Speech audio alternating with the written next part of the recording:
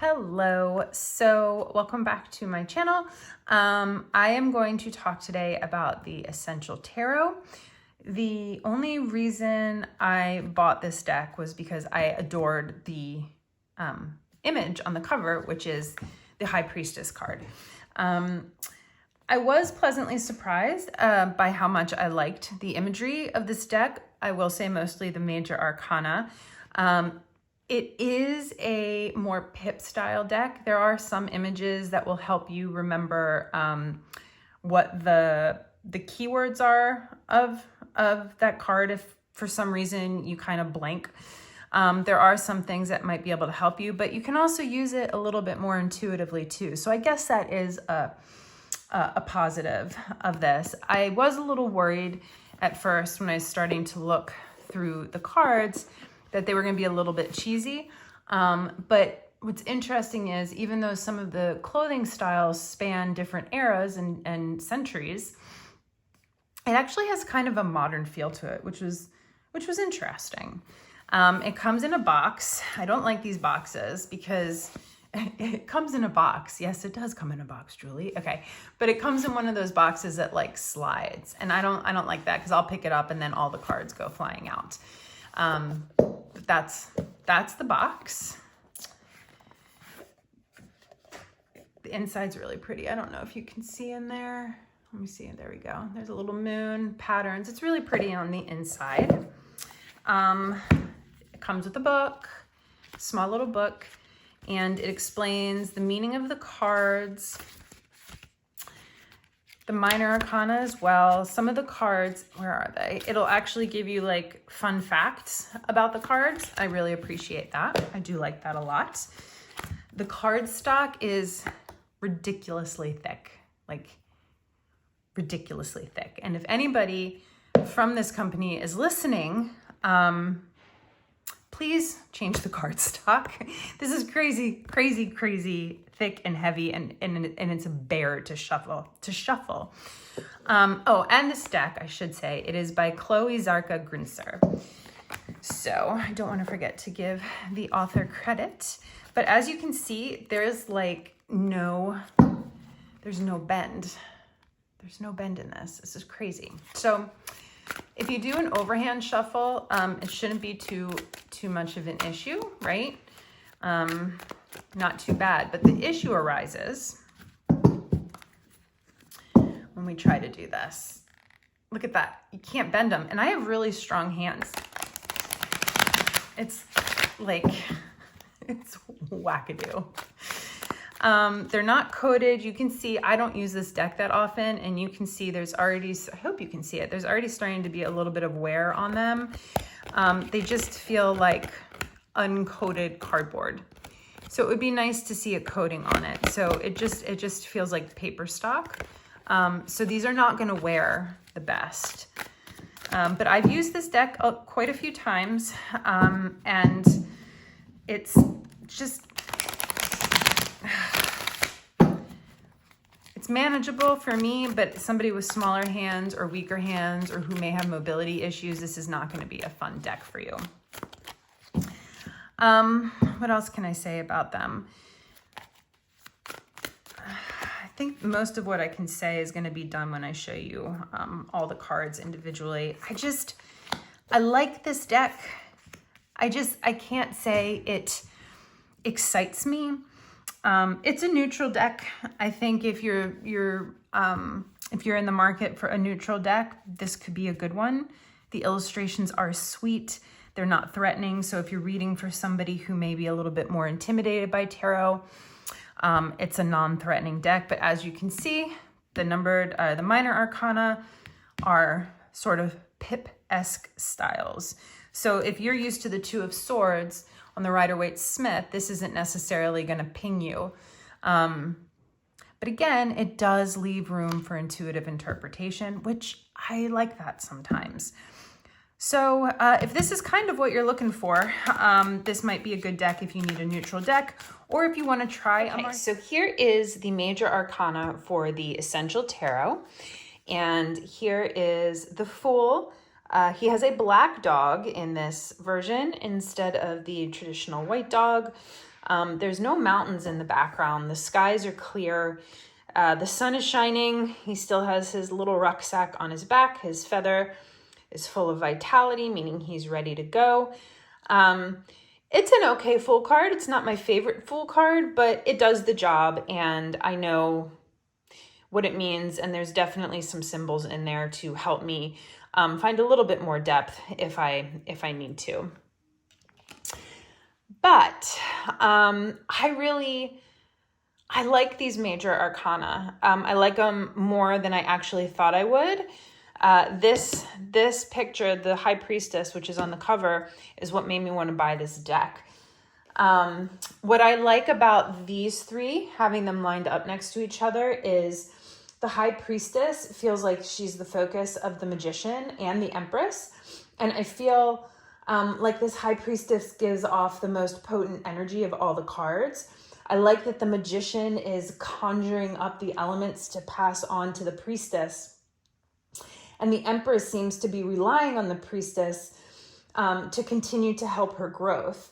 So this makes sense because the High Priestess is the gatekeeper to the subconscious, right? So I feel like she is the queen of the major arcana here. It's just the energy that it gives me personally. But if you have worked with this deck, I would love to know your opinions of the major arcana, because I think there's some really fun tie-ins through here. So we have like the Devil with the snake, we have the Wheel of Fortune with the snake, and we have the Lovers with the snake.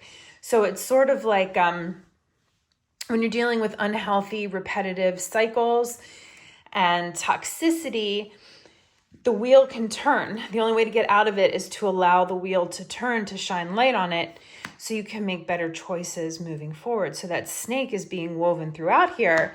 And once we learn those lessons, we get to the end of the world, and it's just this continuous cycle, right? But now you're in control of everything. I love that the stars, the star card, the stars here follow through into the moon. Let's see, what else do I like? As always, the Hangman above the sun, so that illumination is always there. I like that there's a sun and a moon on the Wheel of Fortune. I actually really like the simplicity of this Wheel of Fortune card, because even though it's simple, if you look at it with the world, while you're still learning here and tides are still shifting here, you're in control and free of all those burdens that were tying you down along the path during our journey through the major arcana. I really like this Death card. I like that she's in mourning, because as we go through a transition, it is important for us to mourn the past, to let go of it, to learn from it. She's holding the scythe to cut away the things that no longer serve her. But the sun is shining, it's vibrant, and there's a little bird who's landed on her, whispering her, almost like your spirit saying, I'm still here, you're gonna be okay, let's move forward together. I like how the water from Temperance looks like it's flowing into the world, whereas in Temperance, we were learning to alchemize things and bring in balance and temper the excess that was in our life. Here, she is controlling the elements. She has complete control over it. So that's what I really like about the major arcana. Next, we will move on to the wands. So here we are with the wands.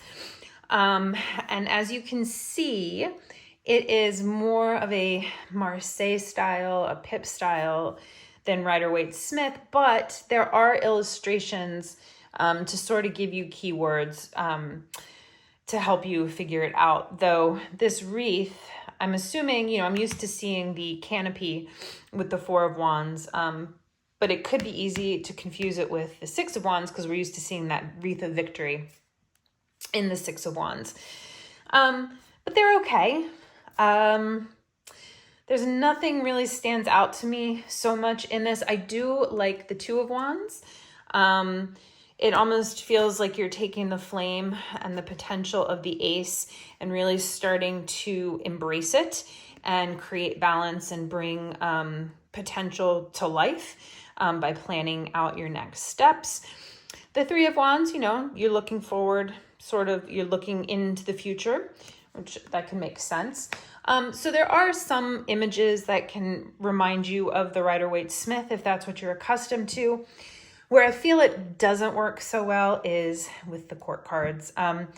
Yes, we have the continuity of the sunflowers, but for me, if I'm somebody who just wants to use this deck out of the box without reading the book, you may not understand why these are the way they are. They just don't, it doesn't do it for me. There's no coloring to make me think of wands. I wish there was more continuity of like perhaps this color through the wands. I suppose it's in their outfits a little bit, but like these people just don't seem like fire energy to me. They seem almost more pentacle-like energy to me. So I wish that these were following along a little bit more in the suit. I'm assuming, I feel like maybe this is like around the Revolution, American Revolution time. I guess what's that, the 1700s? So what did soldiers and warriors look like in the 1700s? Like dress them in that, you know? So that's really a big miss for me. Next, we're going to move on to the, all right, so here we have the cups. I do feel that the cups are a little bit more effective in their imagery, their use of imagery here. I love the Ace of Cups. This is very much in alignment with the Rider-Waite-Smith. We have the lily, we have the yuds, and instead of a dove with the coin, we have the sun. Two of Cups with your caduceus. I think that's what it's called, a caduceus. But this makes me understand exactly what this card is. Three of Cups, Four of Cups, Five of Cups is very effective. Let's see what else. Six of Cups is interesting. Seven of Cups, I mean, you can see this and know exactly, if you're used to the Rider-Waite-Smith, this is kind of like, yes, I know exactly what that means. These are pretty straightforward. I do think the court cards here are more effective than they were in the wands. The Page of Cups is very similar to the Page of Cups in the Rider-Waite-Smith. We just have a little bit more diversity in this deck. The Knight of Cups, I can see how this would relate to a knight on a horse, because she's taking action, right? She's moving, she's doing something with her cup. I don't know, maybe I'm grasping at straws here. Queen of Cups, King of Cups, I think that's far more effective than the last deck. And we have that blue color in them, so that relates to the water. So that's the cups. This deck, I really love the major arcana. I just don't feel that same kind of spark when it comes to the minor. But you know, I want to make sure you guys see all of the cards so you can also make your own opinion, see what order they come in, see them all lined up. So next we are going to have the Pentacles. So as for the Pentacles, I don't really have much to say on the numbered cards. It's pretty straightforward. These feel more pip than the rest of the cards that we just looked at. The Eight of Pentacles is effective. It's hard work, right? Because he's got this tool. But outside of that, it's like a pip deck. The court cards, they are in nature, so you do understand that this is the Earth suit, the suit of Pentacles. We do have green to represent nature. But again, outside of that, like there's really nothing here that's really exciting me and drawing me in. I think the deck may be more effective if they were to bring a little bit more to the court cards and leave the rest pip. That's okay, but I feel like at least the court cards should have a little bit more pizzazz, if you will. So we're going to move on to the swords, short and sweet for this. Okay, so here we are with the swords. I do like the numbered cards in this. I think they're effective. But again, I'm not feeling the court cards. I think the Knight of Swords is effective. It makes sense. I don't like that it's fully cloudy though. I don't know. I think the Knight it wants to cut through it. I think there should be at least a little bit of sky. I don't know. That's just my opinion. But these just don't make me excited. I like these. These make me more excited. The court cards don't make me so excited. Three of Swords is exactly as you would expect from the Three of Swords. Four of Swords, I'm not really understanding that meaning. I guess if I read the book, I probably would. In the future, I may read books for you guys when I review the deck. But if you like it, you can definitely read the book yourself. Six of Swords, okay, we're good. Two of Swords, Eight of Swords, Nine of Swords, 10 of Swords. It's okay. The minor arcana in this deck, it's very pip-like. So I wouldn't say this is a beginner deck. If you're looking for something that's a beginner deck, I would not say that this is the deck to start with, because you are relying more on pips. Maybe if you already have a very good base and knowledge with the Rider-Waite-Smith, this is definitely something that you could transition into. So if you like this, give me a thumbs up. I would love to hear your opinions on this deck. If you have this deck, do you use it? What are your opinions on it? I love to hear feedback. I love to hear people's different ways of seeing different decks. I always find it interesting what makes one deck somebody's favorite over the other, and how we all have different likes and tastes when it comes to our favorite decks and what we read with. So if you like it, go ahead, give me a big thumbs up, comment down below, and I hope to see you guys again soon. Cheers.